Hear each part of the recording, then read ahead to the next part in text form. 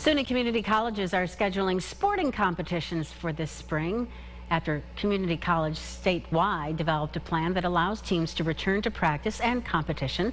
High-risk high school sports are gearing up to play as well, although no competitions for them as state championships have been canceled.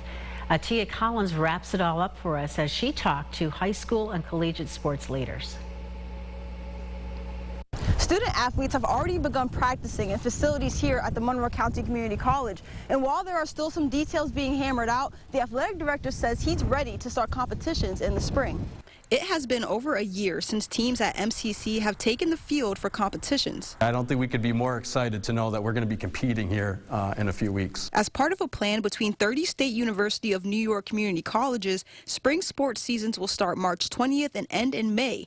Baseball, softball, lacrosse, and soccer teams will finally be taking the field this spring for practices and competitions. For our student athletes who haven't played or competed in over a year, this is a giant step forward for them, not only for their mental health and wellness, but for their physical well-being too. High-risk high school sports can also move forward under COVID-19 guidelines. Fall sports like football and volleyball will start in March. Lacrosse will begin as normal in the spring, and sports that were postponed like basketball, wrestling, and hockey started this past Monday in some districts like Pittsford. You see kids engaged with other kids. They miss that camaraderie.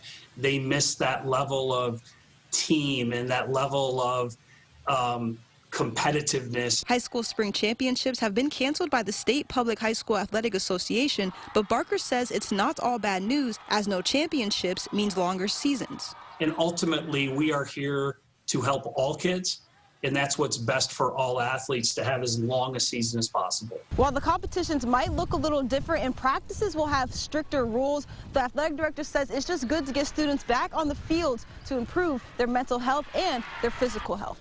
Reporting in Rochester, Tia Collins, News 8. All right, Tia, thank you. MCC already has a baseball game set for the end of March. Spectators will not be allowed in the stands, but games will be streamed online.